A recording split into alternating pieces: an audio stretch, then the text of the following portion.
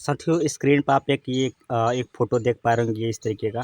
और ये घटना चक्र का पूर्वावलोकन है। यदि आप इस बार टीआरई 4.0 एग्ज़ाम में अपीयर होने जा रहे हैं, तो लगभग ये हम पूरा 100% श्योर के साथ कह सकते हैं कि आप सबके पास ये बुक तो ज़रूर होगी। और नहीं होगी तो यदि आप जीके जीएस का 40 नंबर तैयारी करना चाहते हैं, तो ये किताब आपके पास ज़रूर होनी चाहिए, जो बिल्कुल मस्ट है। ठीक, ये किताब आपके पास मान लेते अब हो गई है, लेकिन सबसे बड़ी चैलेंज बन जाता है कि इसको पढ़े कैसे, इसका पढ़ने का सही तरीका क्या होता है।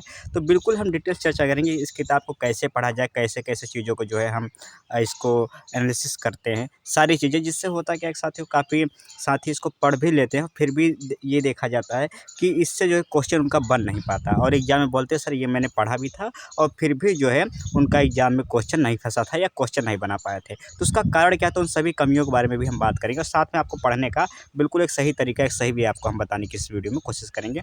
तो साथियों, पहली बार तो मैं बताऊँ कि इस किताब को पढ़ने से पहले आपको ये ध्यान देना पड़ेगा कि इससे आपका थ्योरी नहीं तैयार होगा। आप ध्यान दीजिए, इससे आपका थ्योरी पूरी सिस्टमैटिक तरीके से तैयार नहीं होगा। अगर आप ये सोच रहे हैं कि इससे हमारा हर विषय का थ्योरी सिस्टमैटिक तरीके से तैयार हो जाएगा, तो बिल्कुल नहीं होगा। आपको एक सिस्टम से, आप कोई किसी पैड बैच से, आप किसी पैड बैच से, या आपके पास कोई नोट्स हो, या आपके पास कोई बुक हो, पहले आपको वहाँ से थ्योरी तैयार करना पड़ेगा। अब मान लेते हैं कि अब इसमें सभी आपका दिया है विषय, इतिहास भी दिया है, भूगोल भी दिया है, विज्ञान भी दिया है, समसामयिकी सब दिया है। अब मान लेते हैं आप चाहे पीआरटी की तैयारी करते हैं, चाहे 6 टू 8, चाहे टीजीटी, चाहे पीजीटी। अब मान लेते हैं आपने जो है क्या कहते हैं कि कोई चैप्टर ले लेते हैं, मान लेते हैं आपने जो है प्राचीन भारत का प्राचीन इतिहास है, या कोई अन्य चैप्टर मैं किसी और विषय का ले लेता हूँ। जैसे मैं मान लेता हूँ ले लिया कि चलिए यही ले लेते हैं, जैसे कि साइंस का ही ले लिया जाए कि चलिए भौतिक विज्ञान है। ठीक, भौतिक विज्ञान का पहला चैप्टर, चलिए मैं इतिहास को ही लेकर दिखाता हूँ। नहीं आप बोलेंगे सर इतिहास का क्यों छोड़ दिए, चलिए मैं इतिहास का लेकर। आपने मान लेते हैं भारत का जो प्राचीन इतिहास है, ठीक, उसका पहला चैप्टर आप पाषाण काल है। तो पहले आपका जिम्मेदारी क्या होनी चाहिए, आपकी जिम्मेदारी ये होनी चाहिए कि सर इसकी थ्योरी आप तैयार करेंगे। आपको तुरंत इसको आके इसके प्रश्नों का अभ्यास नहीं करना है, ध्यान देना है। पहले आपको इसकी थ्योरी तैयार करना है। थ्योरी कहाँ से तैयार करेंगे, आपने कोई पैड बैच लिया होगा नोट्स वगैरह से, आपने वहाँ एक बार जो है आपको रैंडमली, आपको मैं बताया था कि आपको 5 दिन का टारगेट बनाना है, एक चैप्टर को 5 दिन देना है, तो 3 दिन आपको उसको अच्छे से थ्योरी तैयार कर लेना है। आपको पहला थ्योरी किससे तैयार करना है, कोई पैड बैच हो तो उससे, या नोट से, या बुक से, और दूसरा एनसीईआरटी सार्स। तो आपने इसको तैयार कर लिया। तैयार करने के बाद आपका जो है पाषाण काल का थ्योरी तैयार हो गया। उसके बाद फिर आप तुरंत आएँगे और इस किताब को जो है आपका जो भी चैप्टर, मैं ऐसे बता रहा हूँ आपको हर विषय को ऐसा ही करना है, चाहे आपका ज्योग्राफी हो, चाहे इतिहास हो, हर विषय का। तो आपको सीधा आना है और इस चैप्टर को खोलना है, कौन से नंबर पे यहाँ पे ये चैप्टर है ढूंढ लेना है, और सीधा उस चैप्टर पे आपको जाना है। मान लेता आपने ढूंढ लिया और ये पाषाण काल का चैप्टर हो गया, यहाँ से आपको पाषाण काल स्टार्ट हो गया। ठीक, अब मान लेते हैं यहाँ से आपका स्टार्ट हो गया, ये अगर मैं मान लेता हूँ यहाँ से, चलिए मान लेते हैं यही आपका जो है ये सिंधु सभ्यता ही मान लेते हैं, और यहाँ आपका स्टार्ट हो गया। ठीक, आप ध्यान समझिएगा। आप जैसे ये पहला क्वेश्चन है, अब कुछ साथी क्या करते हैं कि वो सोचते हैं कि यही क्वेश्चन सेम टू सेम फंसेगा, यही क्वेश्चन सेम टू सेम। ऐसा नहीं होता साथियों, आपको ध्यान देना पड़ेगा। ये क्वेश्चन कॉपी पेस्ट नहीं होता है। ठीक, तो कुछ लोग साथी ये करते हैं, बस इन्हीं क्वेश्चन को अच्छा याद करेंगे ऐसे कि अच्छा इनमें से हड़प्पा कालीन स्थल गुजरात में से कौन है, तो याद कर लेंगे अच्छा लोथल है, तो याद कर लेंगे लोथल लोथल, और इस तरीके से फिर यहाँ से सीधा ये पाँचवा छठवां प्रश्न पे याद कर लेंगे। इसका आंसर याद कर लिए कि घोड़ा होगा, और खट से फिर आगे यहाँ पे वो क्या करते हैं, इस चीज़ को बिल्कुल क्या कर दे रहे हैं, इग्नोर कर दे रहे हैं। वो इस चीज़ को बिल्कुल क्या कर दे रहे हैं, ये जो फैक्ट नीचे दिया है आप देख सकते हैं, ये जो नीचे फैक्ट दिया है, इस चीज़ को बिल्कुल वो इग्नोर कर दे रहे हैं साथी। वो क्या कर रहे हैं, बिल्कुल इग्नोर कर दे रहे हैं। आपको पता होना चाहिए, इसमें से ज़रूरी नहीं है कि ये जो है आपका क्वेश्चन फिर से रिपीट हो। हाँ, ये पॉसिबिलिटी हो सकती है कि रिपीट हो जाए, कोई ऐसा नहीं कोई कसम खाया बीपीएससी को वो रिपीट नहीं करेगा, वो रिपीट कर सकता है, क्योंकि ये देखिए काफ़ी बार प्रश्न ऐसे रिपीट हुए हैं, ऐसी बात नहीं है, लेकिन बहुत कम चांस है। अब बोलोगे सर फिर इससे फ़ायदा क्या होगा, इसके सर इस किताब में ये फ़ायदा कि ये जो फैक्ट दिए हो इनसे प्रश्न बन सकते हैं।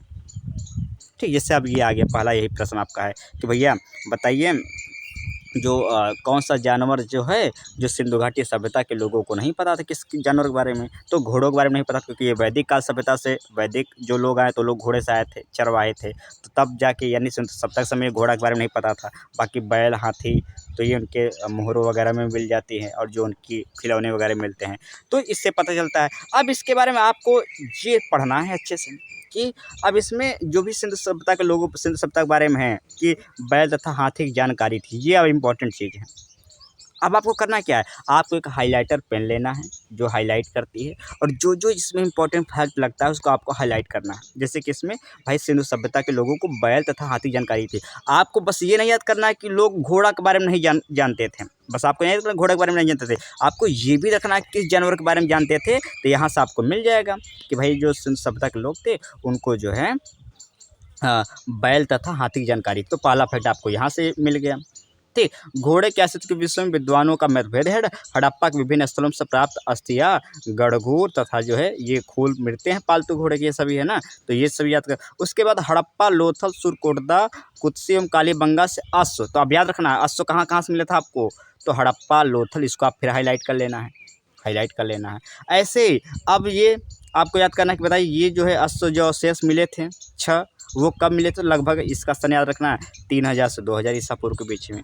इसकी खोज किसने की थी, तो आपको पता होना चाहिए ये 1974 में इसकी खोज की थी, जो ASI के जो क्या कहते हैं ये उसके CEO है या अध्यक्ष जो KJP जो जोशी थे, और AK शर्मा, इन्होंने खोज किया था। ये इस तरह की चीज़ों को आपको इसमें से फैक्ट बिल्कुल आपको हाईलाइट करना, हाईलाइट करना, हाईलाइट करना है, ऐसे करना है और ध्यान देना है। आप मान लेते हैं आपने इसमें से हाईलाइट कर लिया, आपने ये इसमें से चीज़ों को हाईलाइट किया, लेकिन एक बार हाईलाइट करने से चीज़ें हमेशा हमेशा के लिए याद नहीं होती, आपको एक ध्यान देना है।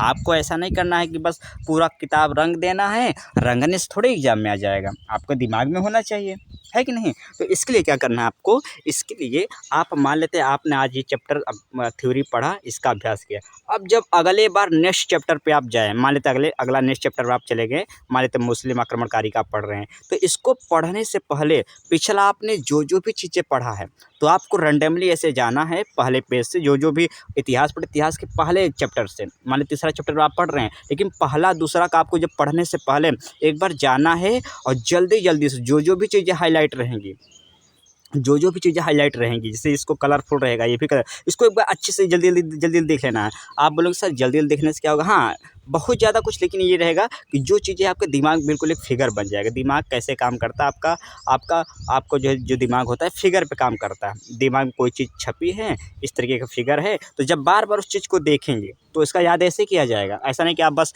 पढ़ पढ़ कर आगे निकल गए और फिर एग्जाम आ गया तो फिर लगा कि सर पढ़े तो पूरा है लेकिन दिमाग में छपा ही नहीं है, और फिर एग्जाम में आप फेल कर जाएंगे। तो सीधी सी बात है, आपको जब भी अगला चैप्टर पर पिछला जो जो भी हाईलाइट किए हों, अलग से कोई नोट्स बनाने की जरूरत नहीं है, बस इसी में जो भी हाईलाइट किया हो एक बार जल्दी जल्दी देख लेना चाहिए, ऐसा ये है। और मुश्किल से करने में आपको 10 से 15 मिनट या 20 मिनट लगेंगे, 30 मिनट।